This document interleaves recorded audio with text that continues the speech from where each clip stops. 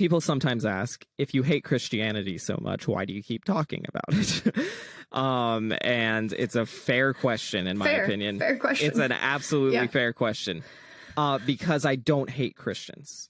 I hate Christianity, but I do not hate Christians. I actually love them. And so I don't want them in a cult. I don't want anyone to be in a cult. Okay. 1, 2, ready, go. Welcome to the Called to Be Bad podcast. My name is Mariah Martin, and I feel called to be bad. It turns out I'm not the only one. Join us as we dig into all things bad, scandalous, deviant, you know, the stuff that makes good church folks squirm in the sanctuary. Why? Well, because sometimes the scandalous is spiritual, deviant is divine, and bad is beautiful. Say yes to the call and let's see what holds. Hello, John. Hi, how you doing? Good. Welcome to Call to Be Bad. Well, thank you. It's great to be on. Thanks for inviting me.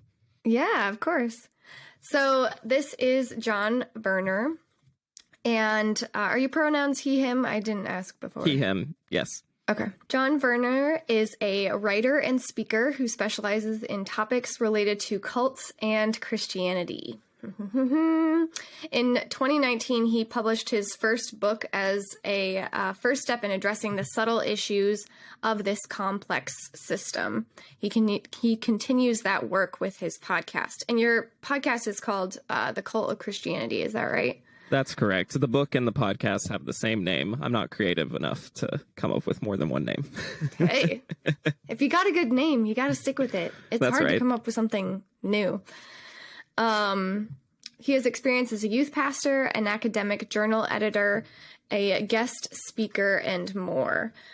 He also holds a Bachelor of Arts in Biblical Exposition from Moody Bible Institute, and he's currently working on his master's in American journalism at NYU.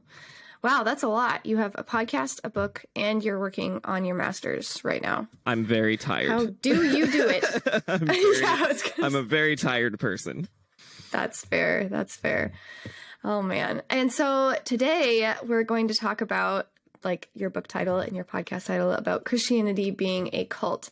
But before we dive into all things cult-ish, I'm curious what you are drinking today. And apparently you have options. So I do have options. So it's a bit early, so I do have coffee.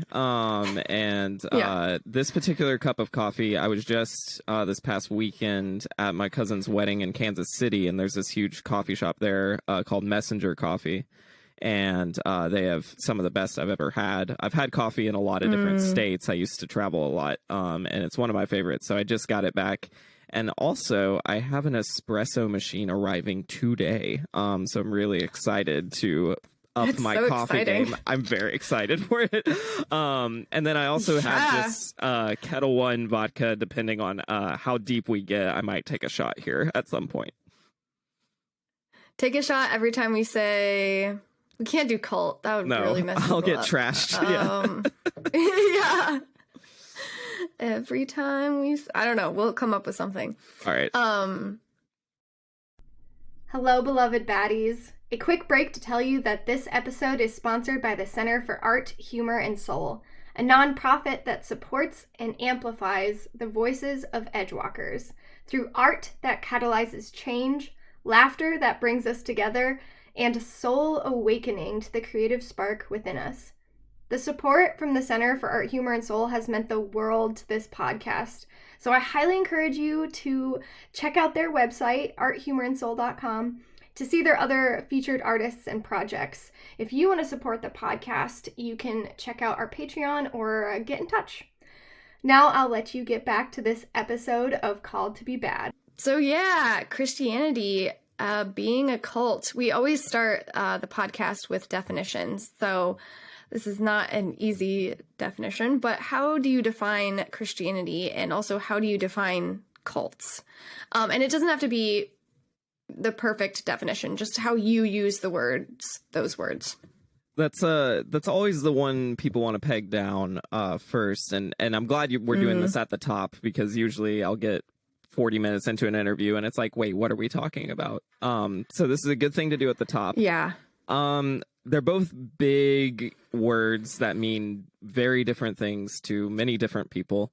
And so dictionaries are actually not that helpful for words like this. So we have to say a lot of words to try to get close.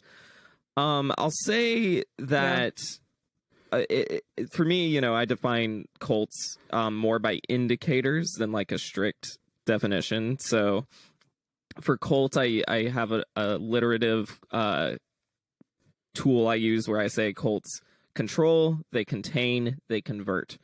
And so, they control a group of people. They contain those people, in other words, like keeping them from the outside world. That's where you'll hear a lot of us and theming language. And then conversion's the tricky one because there are cults that are a little more like isolationists that aren't trying to, convert the whole world or anything like that. But they have a mechanism for converting. They have some way of converting people. And then the other one that a lot of other cult experts have pointed out is in cults, you'll see a distinction between leaders and followers. There's a hierarchy ingrained in it where this person is the leader, this person is the follower. And so those are that's how I define cult. And I think that it's a little bit, it when you see it. But that's kind of where I start from. Christianity, I have no idea how to define that because it's such a large thing. Yeah. I do tell people when I shorthand white American evangelicalism as Christianity often because in yours and my context, that's usually what we're talking about. But I do also think there's, an argument to be made that the Catholic Church is cultic. I think there's arguments to be made that Christianity's foundation was an offshoot cult of Judaism. I think that argument's valid too. So it's broader than just evangelicalism. But that is a group I deal with most, and they're very much defined in a similar way to cult. Okay. Yeah, that makes sense. Yeah, I like that mechanism you used. Control, contain, convert. Was that right? You got it. Cool. Control, contain, convert. Yeah. Wow. Okay. So how did this all start for you? Like, where did you bump into the idea of Christianity being a cult? And like, I'm interested in like the origin story of this as a passion for you. And also like if there are any personal stories that you're willing to share that come along with this. Yeah. So the main context to know is I grew up very religious. And I, so much so that, at age 17, I felt that God was calling me to be a pastor. And so I went and pursued that. That's why I have that degree from Moody. It's basically a preaching degree. So I was pretty sure that was my route in life. But I always had suspicions and skeptic wonderings about less so the theology and more so the culture. Why did I not get along with Christians well? Why did there seem to be like an ingrained hatred towards the others? That was sort of a red flag throughout my Christian life that I just couldn't quite pin down what was happening there. And so, yes, there are plenty of personal stories I could tell. I'll bookend my Christian life a little bit with kind of the two most traumatic ones. So the early one would be at age 16, I was going to a very conservative, Reformed, Protestant, Calvinist, all those adjective church. And I saw problems in the church. I wrote a letter, an email to the pastor in the session, sent it to them saying, here are some problems I'm identifying at 16. Now, granted, I was 16. I'm sure the letter was not the most my proudest work. But, it's just some call outs, just like, here's something I see. The church was very rude towards teenagers. And I took that personally as a teenager. Had very inappropriate, I would say, views of other churches, had very careless speech towards a lot of different groups of people. And so in calling that out at 16, they said, okay, well, let's meet. And so I informed my dad about it, but my dad was with me in the sense that I wanted to face this alone, because I was like, I'm 16, this is my deal. I don't want my parents in the room, which was probably a mistake. But I was in the room with 3 of the leaders of the church, and they just spiritually abused me for 3 hours. I really don't know a kinder way to say it. Said my long hair was sinful, said I was speaking out of turn, said, just kind of gaslighting me with the Bible, misusing Bible verses to just make me feel really bad. And so it was a bit, there's some, that was kind of the start, I guess, to me being skeptical. Fast forward through becoming a pastor, being married, having years later, having observed problems at my Bible college and all this stuff, I come home to divorce papers. And, I won't go into too many details about my marriage, just out of respect for my ex-partner. But I will say that how the church we were going to handle that situation was kind of the straw that broke the camel's back, in not just their mistreatment of me, which was there, but more so how they mistreated both of us because we weren't trying to reconcile the way they wanted us to. It was just like another story in a slew of stories of how if we didn't do it exactly their route that they had drawn out, we were sinning, we were doing something wrong, even though there was literally nothing wrong with how we were handling the situation. We were, if anything, communicating more healthy than we ever had. We were doing things that were good for both of us. And it was still seen as bad solely because we weren't submitting to the leadership. So when you were 16 and you had that meeting with the elders or the church leaders, did you come away from that feeling like more justified in your positions, or did you feel like chastened and wrong? I did not feel wrong. In fact, this church was, reformed, and for those who know about the Reformation, Martin Luther is a big character in that, who, famously was criticizing the Catholic Church, eventually excommunicated because he wouldn't recant. And there's this famous, paragraph of speech from him where he says, basically, I don't recant. And in that meeting, at the end of the meeting, I said those same words. I said, I don't recant anything I said in this email. And they were not happy that I said that. But it was true. I did feel like I got some using their own. Yeah. Yeah, definitely. And so it was a very a formative moment, even though it was a very hard moment, but it was very formative. My heart goes out to teenage you. Yeah, that's really hard. So where did the word cult kind of come into play? Like you were these red flags were coming up. When did you get to the point where it's not just like, these are red flags, the church is abusive, to like, the church is a cult? That feels like a step to me. Maybe it's not. I don't know.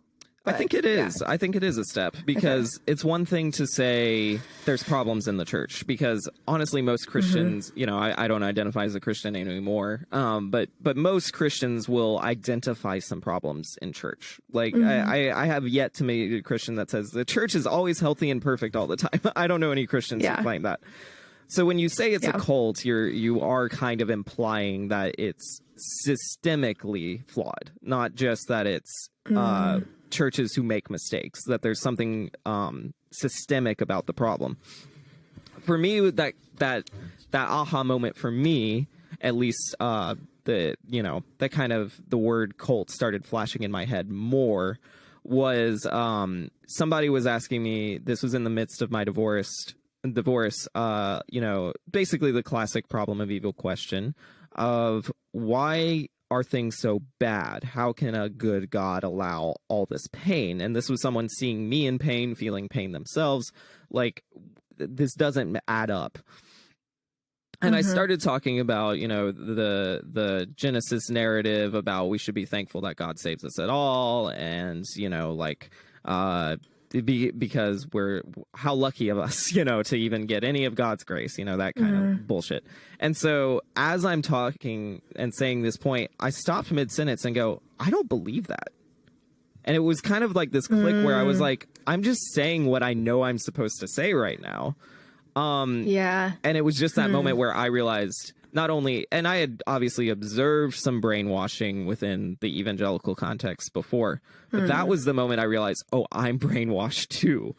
So like, it was kind of this, I can be really critical of the church and still be a part of their cult.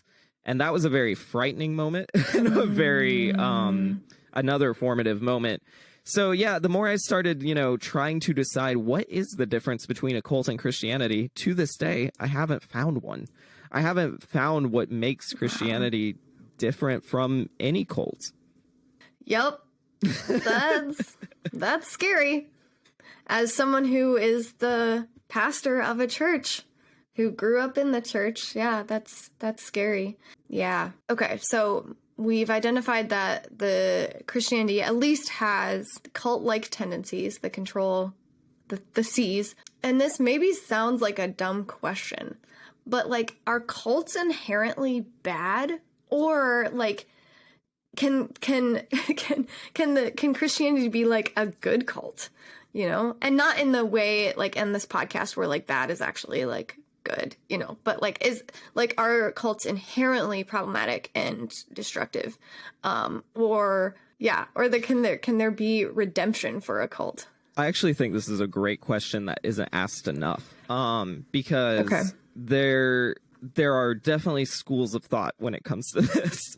I would say there is a very small but very real movement to reclaim the word cult. It's mostly women who are more of a witchy persuasion, who kind of like witchy persuasion. That's kind of like this kind of it's actually, I think, similar to what you do with the word bad, where it is kind of like this like rebellious sense and like that. I do not approach the word cult that way. I mean it inflammatorily. I do mean it offensively. Not to anyone's personal faith, obviously, but to what I'm describing. I think cults are inherently bad because they're inherently they inherently produce a hierarchy, which 9 times out of 10 is going to be bad. And then they inherently produce, those controlling tendencies, those us and theming tendencies, those brainwashing mentalities. So I don't use the word that way, but I think it can be used that way. The reason I choose the word cult is because when I challenge different Christians with this, I haven't, to this day, still have not heard an argument for why Christianity is not a cult. No one's really made that case. What they're really forced to say is it's the right cult, the good cult, a necessary cult, something along those lines. But they can't actually argue the word that it's not one. So that is why I choose that word. But I think that's actually a good question, and one we should probably ponder, because an argument could be made: are governments cults, right? Are political ideologies cults? Are businesses cults? Is my workplace a cult? Those terms, we're so used to hierarchies and so used to leader and follower dynamics that we've definitely accepted cult-like practices in a lot of our day-to-day life. But whether we've accepted it and whether it's a good thing might be the question to ask. Right. So what's like the difference between like an institution and a cult? Because a lot of those things that you're saying, like hierarchy, exists within an institution, like even like you're saying, like your place of work. No, you are asking really important questions here. So I haven't landed here yet. I don't quite know how to distinguish them yet. Where I kind of draw some lines is the how personal versus impersonal it is. So cults are very personal. 9 times out of 10, you know who your leader is. You know the dynamics. You know who is, who's the boss, who's not. Those kind of things. More institutional things can be very impersonal, right? Like the Democratic Party does not know if Joe Smith over there is a Democrat. So there's a little bit of distance there. So there can be that, and workplaces, a mom and pop store is going to have a very different culture than Walmart. But there still could be on cults like practices in both, but it might look different. So that's kind of how I distinguish it, but I know that's kind of muddy and not super clear. No, that makes sense. And it's funny because I feel like even the tendency within me to be like Mean Girl style. I'm not a regular mom. I'm a cool mom. Yeah. Like I feel like, well, my church is not like a regular church. It's like a good church. It's which like you're not going to be a part of a church probably unless you would say, oh, but this is the good one. This is the right one. And that's got some red flags or at least yellow flags there. Yeah, I'm going to have to, I don't know if I have a question there or if I'm just like chewing on that idea. Go ahead. Go ahead. So the control element or the hierarchy, like I am a pastor, but I'm employed by the church. So there is a power dynamic, but they can also kind of Uno reverse, fire me, I can't fire them. And also like I am not a proponent of, or I'll say it positively. I make it very clear that I encourage critical thinking. Like my job is not to tell people what to believe. I'm not going to go to a church that is trying to slowly twist my arm into believing XYZ. I want to be given resources and to be able to think for myself. And that's how I kind of, like I don't think that like teaching kids is automatically brainwashing if you're teaching them or anyone else how to think critically. So, yeah, that's what That's really encouraging, honestly. Wiggling with? I don't know. It's really encouraging to hear you say that because, the thing that the vaccine for people suffering from cult-like symptoms is open-mindedness and critical thinking. And that's why cults try to steer people away from that kind of thinking.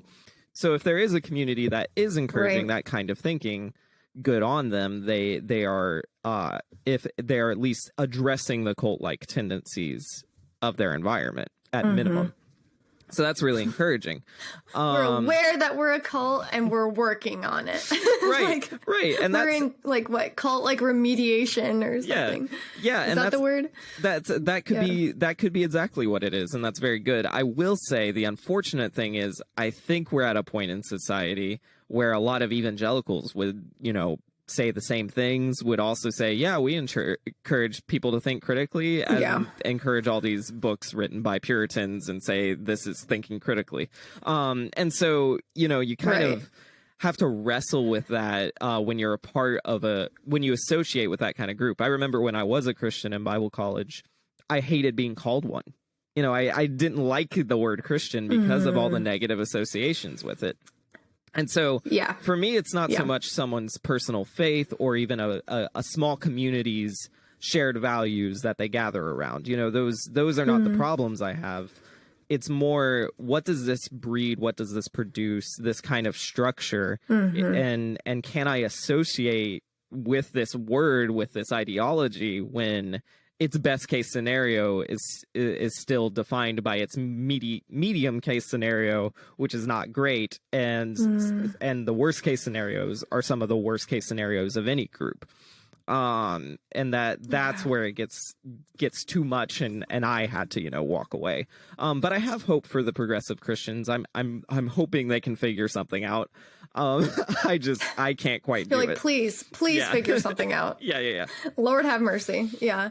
It's a little bit reminding me of other critiques of systems and like the argument for police reform versus police abolition, and the kind of like bad apple mentality of like if each cop is a bad apple, why aren't we looking at the roots of the tree? Well, and the full phrase, I'm right? making those comparisons. The full phrase, the bad apple spoils the bunch. So it's not just it's not, even if there is good in it, won't matter because the bad defines it, and infects it. It rots everyone out. Yeah. Yup. Mm-hmm. Yeah, I've got a lot to think about. So you got to this place in your life where you're like, Christianity is inherently problematic, if I'm hearing that correctly. Yeah. And you're like, this is not for me. We need to explore this. So what's the next step? So like they talk in like deconstruction, where a lot of Christians are asking these questions of like, okay, and they're kind of like picking different elements of faith that are problematic. The idea of like eternal conscious torment. Okay, we're not on board with that. Or like, women being silent in church, maybe not. And then they kind of can restructure or reform their thoughts. So do you have any sort of like religious or spiritual reconstruction? Is that okay to ask? Is that too personal? No, nothing's too personal.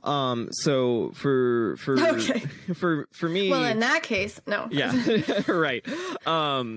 So yeah, there's the question of deconstruction and reconstruction goes in my head like this. Mm-hmm. In order to deconstruct something, you have to know it well, right? When this is a borrowed term from literature. Which is what my interdisciplinary was in. In literature, when we deconstruct something, we're taking a hard look at either poetry or prose or something and trying to make sure we got the real meaning right. And also, contextualizing what context was this author writing in, what, all that stuff. So that's where the term deconstruction comes from. Now it's, a very popular buzzword in people wrestling with their faith. In my opinion, it's being gatekept a little bit by Christians, which is not very comfortable for me. So I've stopped using the word that much, just because I think it's, I tend to use cult language where I say deprogramming because I think it's a little sharper. Oh, Lord. But, yep. but reconstruction is fascinating because I do think that it will be that Christianity's only shot at being a good force in the world and not a bad force in the world is some element of reconstruction. And in order to do that, there will have to be deconstruction of theology, behaviors, culture, all of this. I can't do it. I'm out. I have no advice because I think love it. I think it's too far gone personally. I do think there is a way for some Christians to personally reconstruct and have their own personal spiritualities. But as far as like a church culture, a Christian community, I just don't know if there's, I think the mechanisms are too inherent, are too historically based to really do anything about, because once you let's take away all the shit from Christianity, right? Like let's say you have a Christianity that is not influenced by white supremacy. You have a Christianity that's not influenced by patriarchy. You have a Christianity that's not influenced by, inerrancy and not influenced by, misreadings of Jesus. It's not influenced by biblicism. That's not, you'd start taking away all the bad things. And then you look at Christianity and you're like, well, all that's really left is a vague message of hope and love.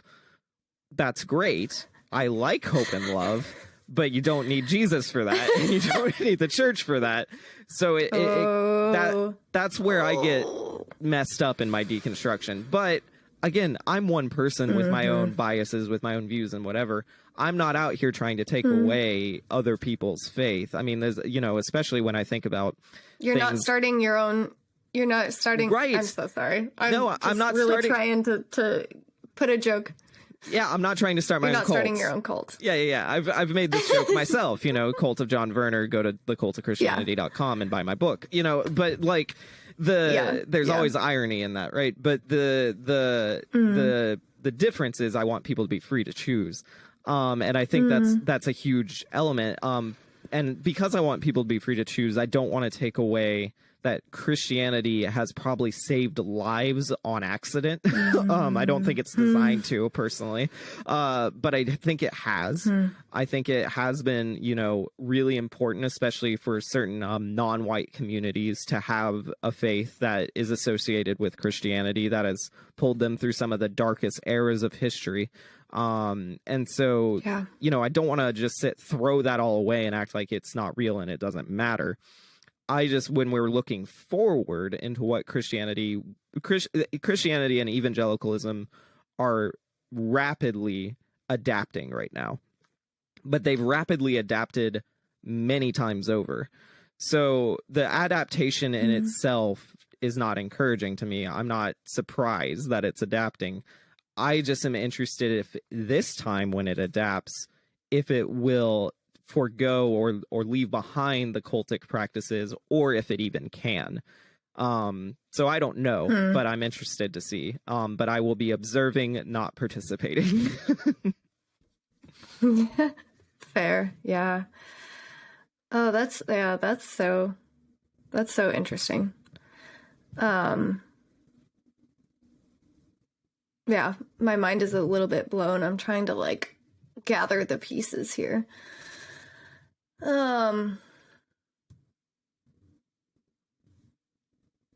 Yeah, I don't even know what to say, what to ask, in a good way.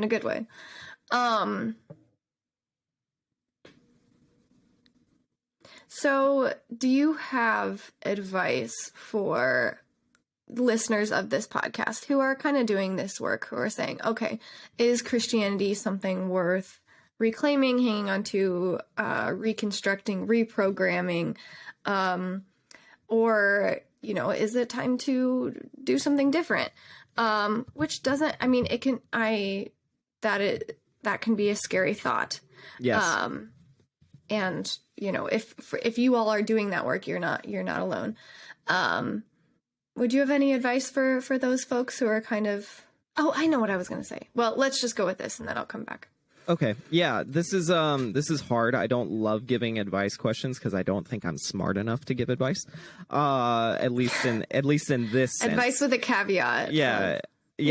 I will say the common kind of nugget I'll give people is I'm like, when was the last time you took a month off church? Yes, and if you haven't done that. Some people, especially with COVID, have taken that time away from church, and it's helped clarify things, and it has led to some deconstruction and some important wrestling with questions. But if you're in a mindset where you have to go to church, that's a good thing to just start there. I will be the first, if no one else has, to give you permission. You do not have to go to church. If you have to go to church, something has gone terribly wrong. That is not a requirement in Scripture. I promise you, I've read it. It's not a requirement. You don't have to go. So just take a month off. And if you miss it and need it and want to go back, go back. That's fine. You're not doing anything wrong. Just see what happens in that month. See how you're treated in that month. Don't make an announcement that you're taking a month off church. Just don't show up and see how you're interacted with from your church community. Is it healthy? Is it really unhealthy how they interact with you? That's just a nice little experiment you can do with yourself to kind of figure out, am I part of a cult? Am I part of something more nefarious than just going to church? That's a good, just first step. If you're kind of in that fog, because that fog is miserable. I was there for a while. I know it's miserable. That's a good thing to do to just bring some clarity to a situation, because you might find you're a part of a church where the pastor's like, hey, that's fine. I wish I could take a month off, and you might find, oh, this is actually jealous. Kind of breaking down a wall where I can be more authentic. So it's kind of positive all around. There's no real risk, in my opinion, to taking a month off church. The only risk comes in, you might end up leaving the faith, and the only person that's actually risky to is whoever's controlling you, whoever the leader is. It's not risky to your own personal health at all. So that's my nugget. I don't know if it if I can provide anything deep on your deconstruction journey, because I think everyone's looks very different. But that's a starting spot, at least. Yeah. Yeah, it's interesting hearing that from like a pastor's perspective, because I always feel very awkward if I like notice people from my church, my community haven't like been to church in a while, because I want to like inquire and say like, hey, is everything okay? Like, but I don't want to do that in a way that's like hounding people. Like, how dare you not come to church? Because I in the same mentality, like if you find greater health outside of church, go with my blessing. Like, I am not trying to keep people in the pews. But I also like want to check in and like make sure everyone that they're doing okay, but not in a controlling way. I don't know. It's just that's a great observation. Like, I haven't forgotten. That's such a great observation, because that actually gets to some of the point of the work I'm trying to do, the things I'm trying to point out. I trust your intentions. I don't actually think you're doing anything wrong by being curious about, someone in your community breaking routine. Like any friend, when another friend breaks routine, you're like, what's going on? Are you okay? That's totally normal. But because of the defined roles of a leader and a follower, that's where the problematic stuff comes in, because you could have the best intentions in asking them, but because of that power dynamic that isn't your fault, but exists, there's really no way for it not, like, even in a best case scenario, it's still going to be flirting with an inappropriate boundary, right? With like even if it's not one, it's still around that area.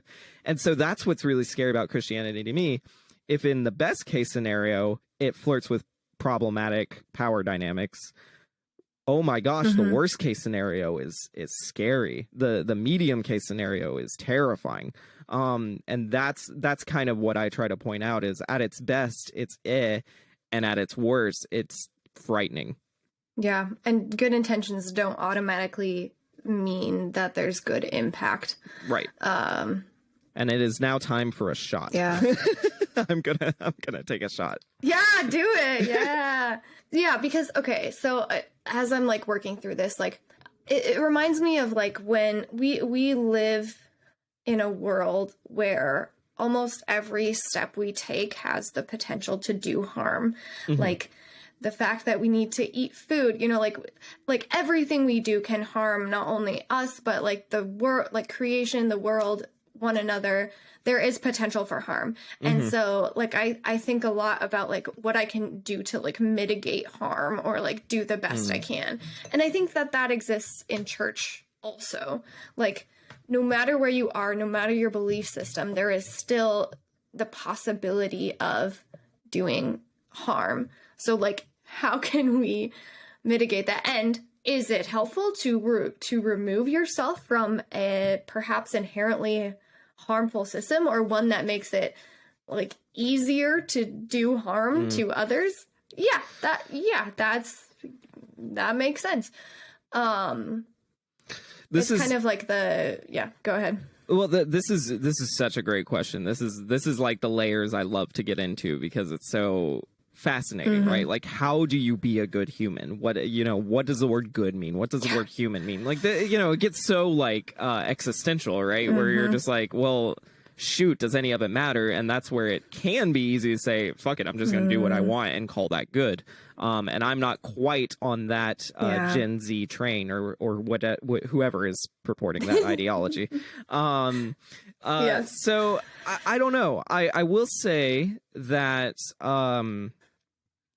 so many thoughts. So it really does come down to, your positions on whether morality exists, whether it's all relative, what is, do different cultures have different norms, and are norms even a real thing? That kind of, those kind of crazy philosophical questions.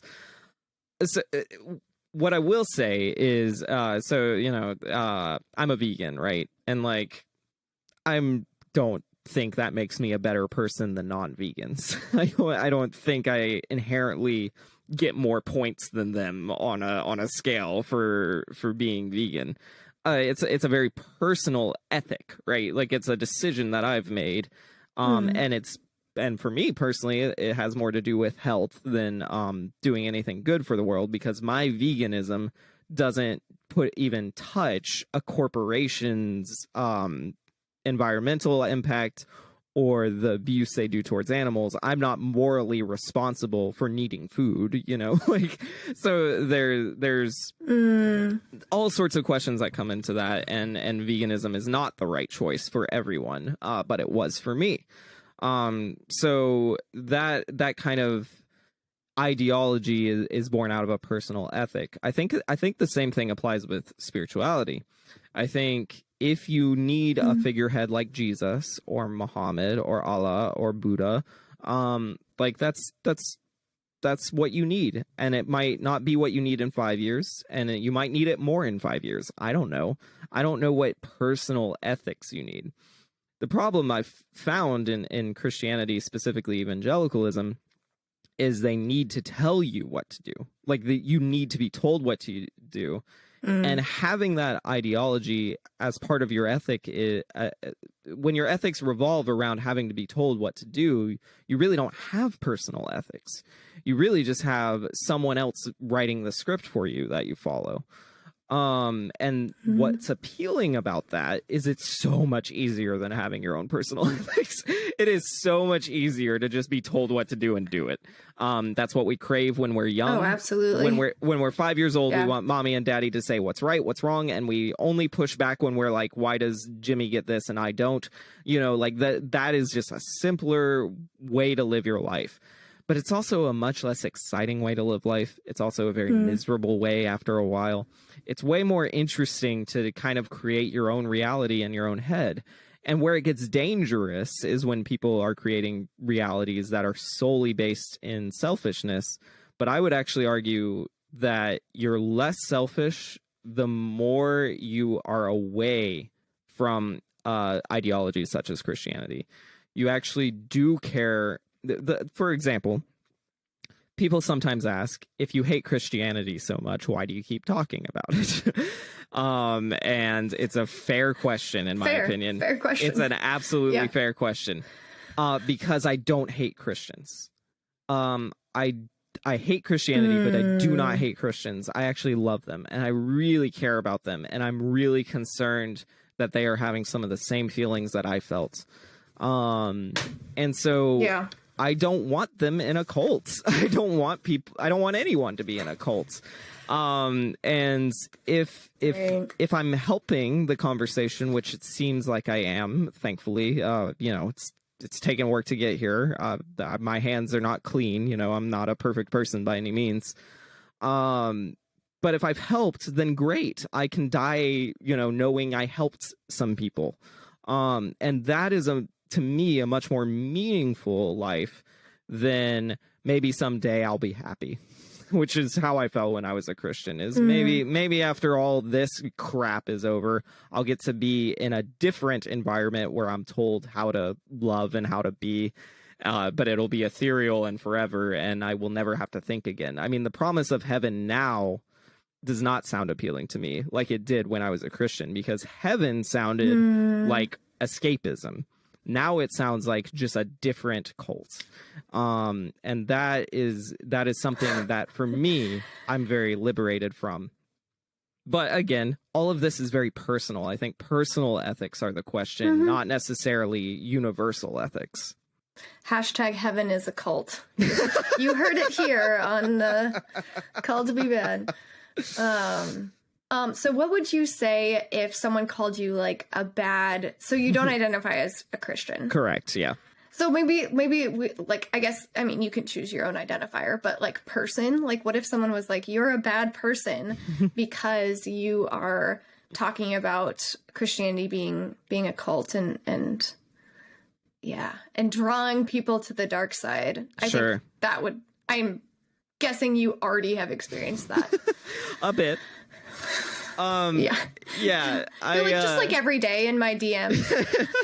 Yeah, I mean, so the hate mail comes and it goes. It's always so interesting. I'll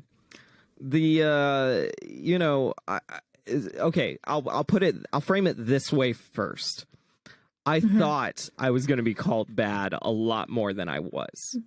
I had interesting. I had an anxiety about it when I first published the book. This was back in but way back when in 2019 when I all those years ago when I the golden days. yeah, the before times, as we like to call it now. So when I published the book, I was fully expecting people from my life to rail into me, to just say, how could you, blah, blah, blah. I was shocked by how many didn't. Yeah, strangers online, sure. Yeah, there's always strangers online saying the craziest things, and I have the personality where it just makes me laugh. Like I don't engage with it too often. I think it's kind of funny. Because the type of person who's gonna talk online to a stranger is not someone I put much stock in their opinion. I just don't. That's just my worldview. But when it comes to friends, people I do care about, people who have been in my life, that those opinions carry more weight to me. And I was kind of expecting some backlash. I didn't get that much. I got some questions. I got some confusion. The most deafening thing was the silence. The most deafening thing was the people not going after the lost sheep, so to speak. It was kind of, and it took me a long time to actually figure out why that was. But it made sense when I remember back to my Christian days. I'm like, well, when you're a Christian, you have this impossible task to convert people you don't relate to. And that's just impossible. You just can't do it. It's really impossible. And so rather than attempt something that's impossible, most just opt out. They just don't bother to go after that one sheep, which I don't like that framing. But yes, go after that one person. So when I have confronted hate, though, which I have, plenty of people that, how could you, you don't. My favorite one is usually when people say you don't understand theology or you don't understand the Bible, which is always fun to wave a degree at. But it's fine. You think I haven't heard an argument yet. I don't think there is an argument I haven't heard. There might be, but I don't think there is. Challenge accepted. No. Yeah, no, seriously. Like I always look forward to it, but most arguments can be broken down to pretty simple rhetorical moves, which are usually based in faulty premises. So I'm like, fine, it's fine. I used to, I once upon a time, I was accepted into, I'm so glad I didn't go, but I was accepted into Liberty University to get my master's in apologetics because for a long time I thought apologetics was interesting and I liked it. Now I think apologetics is like the most toxic thing Christianity does. And so if I'm called bad, 9 times out of 10, I don't care. But I will focus on that one time I do. When I do feel bad, what I'm wrestling with internally is if I'm missing the mark, like if I'm just off, if the way to happiness, peace, actually loving people is through this super narrow understanding of Jesus, and I had it and I was this close to getting it and I just missed. I whiffed, I just missed it. Foul tip into the glove. Where I'm at with that is I'm like, do I want to make my whole life about one person or one God? Is that really what I want? And if I'm risking an eternity away from the thing I don't even want, fine. I really do end up bound to this defiant, rebellious spirit. Where if I'm doing harm, at least I'm not trying to. If I'm doing harm, at least I'm doing it because I tried to take some ownership of my own life. And I tried to love people in a way that was more genuine than the way I was before. Because let me tell you, when I was a Christian, I was an asshole. And, when I was a Christian and people from my past life have said you weren't that much of an asshole. So what I mean by that is I know what was going on internally. Like I was never the one to hold up a sign at Planned Parenthood or support Westboro. That was never part of my personality. But I know how I viewed women. in the dark corners of my mind. I know how I viewed life in the private parts of my soul, and it was bad. And if I'm called bad now, I don't care because I know I was worse. So that's kind of just how I've had to resolve that issue. Yeah, that is fascinating. You became a better version of yourself, a better person by leaving Christianity and a cult, if you will. Well, I quit my job. No. I win. That's what it's about, right? Winning. Yeah. No, like, again, I don't want to be disparaging. Like, that's not a goal of mine. No. Well, okay. So the whole point of this podcast, again, is not to convince anyone of anything. It is to bring in different perspectives and give you something to chew on and think about. And I've said it before on the podcast, but I really like the idea. And it's I forget who says it. I was going to say I'm a bad philosopher, which is funny because I've never claimed to be a philosopher. But who was the person that said, like, you can juggle ideas without accepting them? Yeah, that's like Plato or Aristotle. The mark of a well-trained mind is the ability to entertain a thought without accepting it. There you go. I have found that to be true. You can entertain ideas without accepting them. And I don't know, my brain likes that. I like chewing on different ideas. And like, can you get to that place where being presented with ideas that completely crash with your worldview, with how you've been raised? Can you get to a place where that doesn't have to be automatically threatening and dangerous? Can you say, oh, that is new. Okay, I'm going to have to think about that for a while. Because I think that we are or if you're raised within Christianity, maybe because of like this culture of apologetics, anything that is bad or against Christianity is automatically dangerous. It perhaps even of the devil. It's, Satan whispering in your ear. Which again, like now that we're thinking within like cult things, I'm like, oh, control, yeah. Can we get to the place that it's like, I trust myself, I trust my loved ones, I trust God, if you believe in God, enough to explore, to think hard about these ideas, I like what you said about, I like the idea of experiments. My therapist will often say, just try something as an experiment. And then it's like, the posture of curiosity, like, okay, what will we encounter? And it's not so high stakes of like, I am leaving my church and I'm never going back. It's like, oh, okay, let's try. Let's see what happens when you do this. So there was good. My 10-minute. No, that rant. was. I'm pretty sure that was 2. So I tend to dominate if I'm given a microphone. But I will say that one sentence you said that I actually really related to, especially when I was first leaving Christianity, was that. I have 3 chapters in my book that come after another. That is, don't trust others, don't trust yourself, and don't trust God. And that really, that element was so fascinating to me. It was like, aren't exactly encouraged, especially in evangelicalism, to trust God. In fact, you're supposed to be very suspicious of your own spiritual intuition.